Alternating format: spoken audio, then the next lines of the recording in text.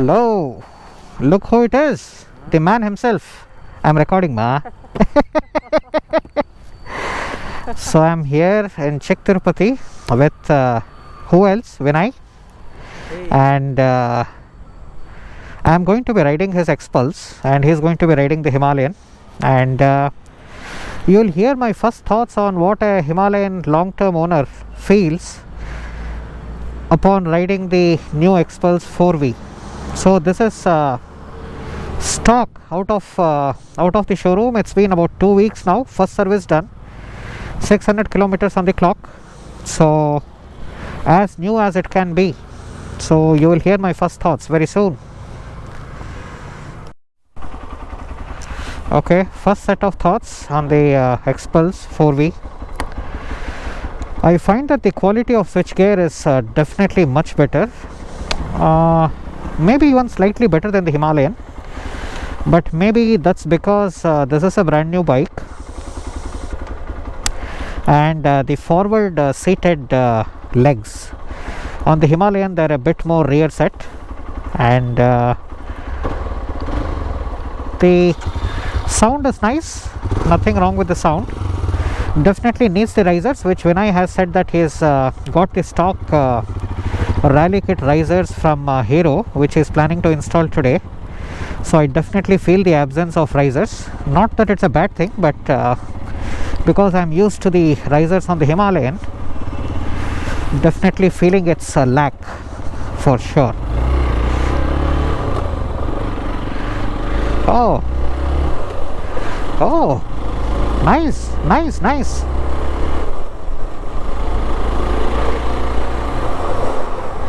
My legs are definitely perched a bit higher up than the Himalayan for sure, and the forward sitting position is definitely something I like. I'm always a fan of forward positioned legs, like how they are on this bike, and the refinement levels are unbelievable. Much refined than the Xpulse 2V, because I've ridden Vinay's earlier Xpulse 2V, and this is definitely much more refined.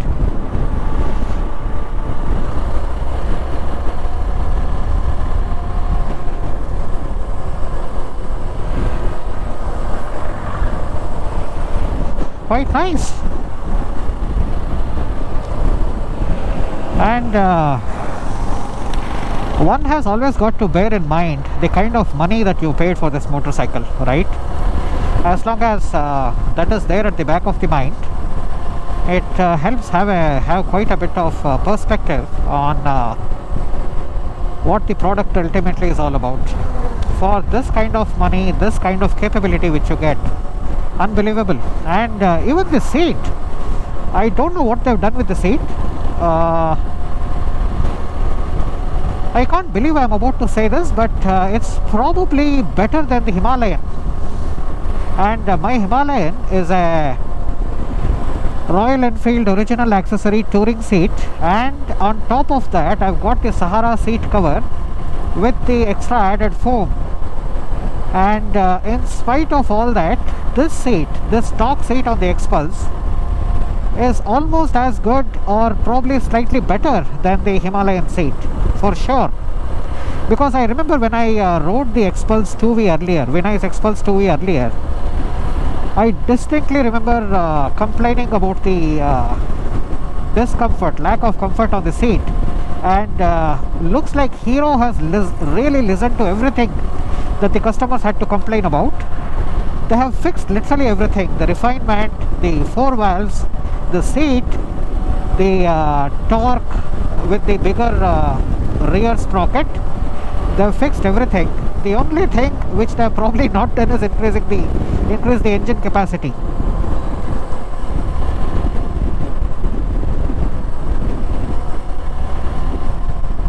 Of course, I can feel the difference in power, because that bike right there, the Himalayan, is double the size of this in terms of engine capacity at 411cc, and this is 200cc. So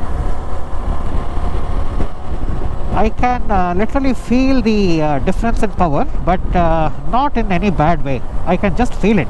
It's just a statement of fact. Yeah, now in a situation like this, when I rev the accelerator, the Himalayan would have probably responded much more powerfully, whereas this responds with a bit of a lag, but that's okay. That's absolutely fine.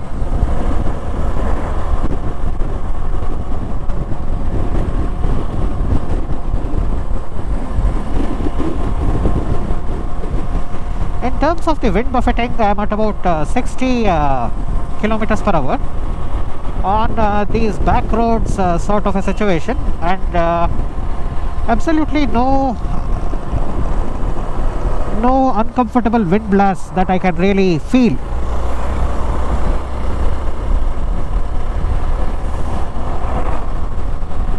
Nice bike overall.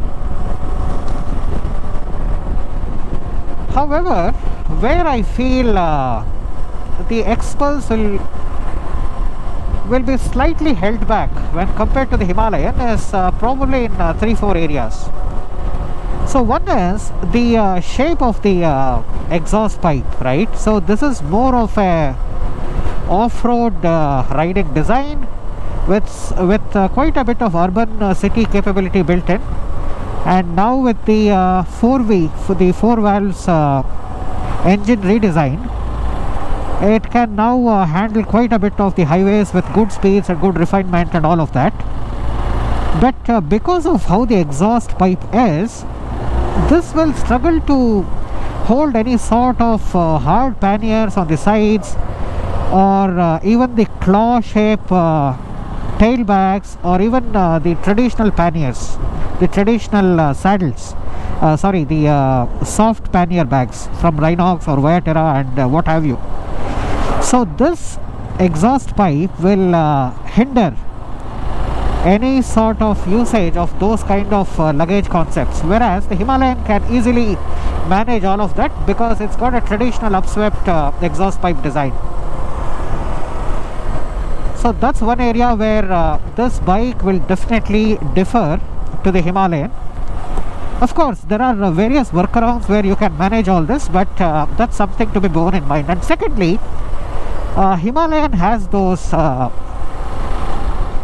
some call it the tank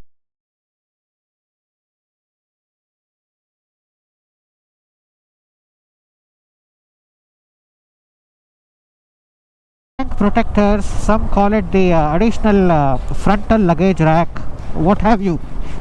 But because of that, there are additional luggage options. So either you can put jerry cans on the front, you can put all sorts of bags on the front, you can put water bottles, all sorts of things, which is a very versatile option, which of course this bike doesn't have for sure. But that is another thing. Where the Xpulse probably scores a lot more over the Himalayan is the ground clearance, and the suspension is definitely on par with the Himalayan. I wouldn't say it's better.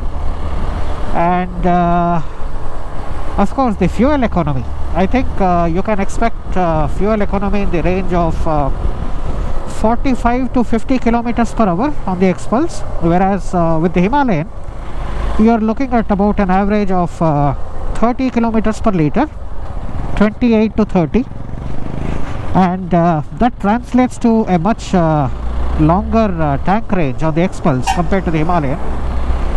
But so that's an area where the Xpulse wins. And another area where Hero as a company wins is definitely their service centers, the way I have seen them operate and the way I've heard them and the way people have the way people tend to speak about the quality of the service centers is in a much better light than what people typically tend to speak about the Royal Enfield service centers, at least in India. So Hero seems to have got its act together a lot more streamlined compared to the Royal Enfield proposition. So that's another area where Hero probably has the slight advantage.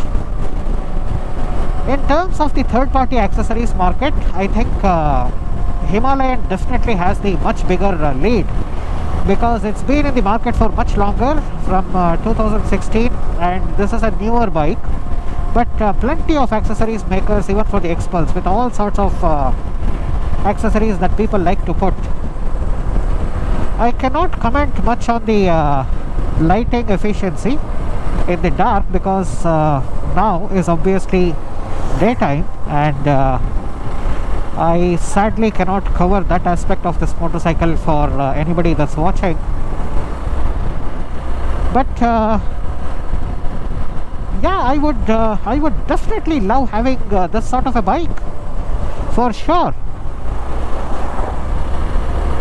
Like I was telling Vinay earlier today,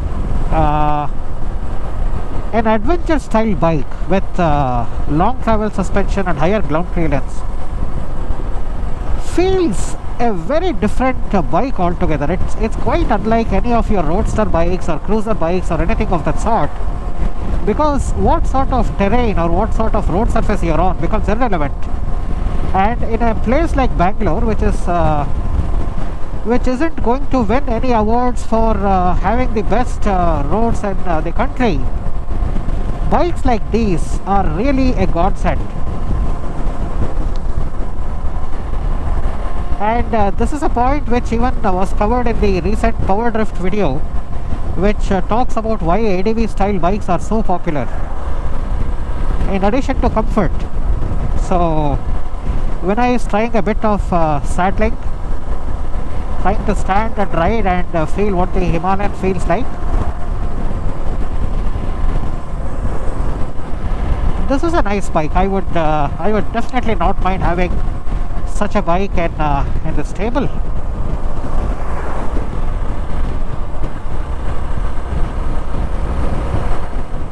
And the other area where this bike will probably have an advantage over the Himalayan, at least in terms of the design, is when you move the handlebar, when you turn the handlebar, the light throw actually moves along with the handlebar, whereas with the Himalayan, because of the way that it's designed, it's going to stay in one place.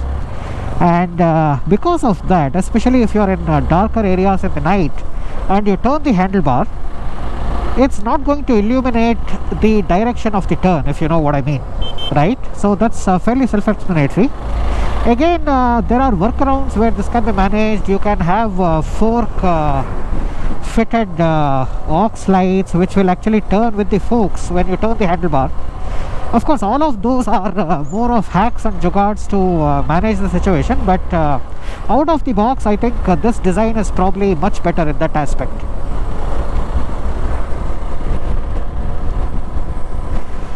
I definitely miss my blind spot mirrors. Definitely useful to... Oh yeah, and coming to the topic of mirrors, these mirrors are much better in terms of real estate, what they show behind you compared to the Himalayan, for sure. So I can see a lot of area behind me compared to the round mirrors on the Himalayan. Absolutely no vibrations that I can see. Perfectly usable mirrors. But I am so accustomed to these little blind spot mirrors at this point, that's something which is very conspicuous by its absence. This is a nice bike to have, no doubt about it.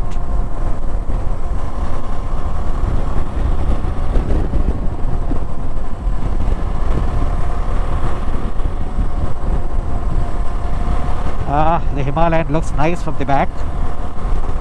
I really like it, especially those LED cluster riding lights from the back. Looks very nice, very premium. I do like the color scheme of this motorcycle as well. Very I want to say it's a color theme which is inspired by the GS and maybe even the HRC themed Honda colors which they do on the Africa Twin. Maybe that's where the color inspiration is coming from, and maybe they're trying to subconsciously play on buyers' minds, because the moment you look at this color scheme, this one right here, the white and the blue, the first image it's going to conjure in your mind is that of a GS and the Africa Twin with the white, blue and red colors. So very well played there, Hero. Well played, Hero, well played. We all know what you're trying to do. We know it. Well played though. Of course, nobody can patent a color theme, right? So something which has actually worked well and something which has registered in the minds of bikers, you use that color theme to have a bit of a subconscious advantage to influence and nudge buying decisions in your favor. That's a well played strategy, I think.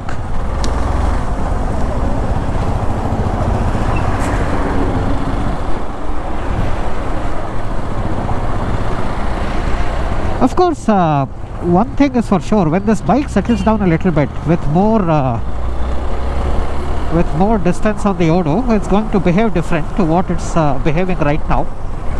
Once the parts have actually bedded with each other, it's going to feel a lot more smoother than what it is right now. Of course, that's not to say it's not feeling smooth or it's not feeling refined or there is anything crude in the way it feels right now. I'm not saying that at all. I hope it's still recording. Is it? Yeah. So it keeps making all these noises which I'm not really sure what to interpret. Maybe I need a new camera, I don't know. Had this for about 2-3 years at this point, but it's starting to make all these weird sounds which I don't even know what they mean.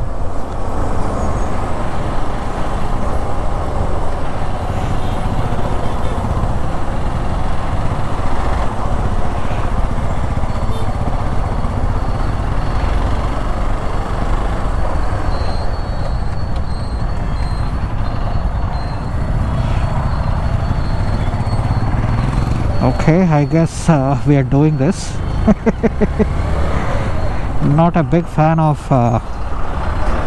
breaking rules generally, but life is not black or white, I suppose. Life comes with shades of grey, and that's the reality of things. Okay, nice bike, nice ride. So I guess we are going to have some grub.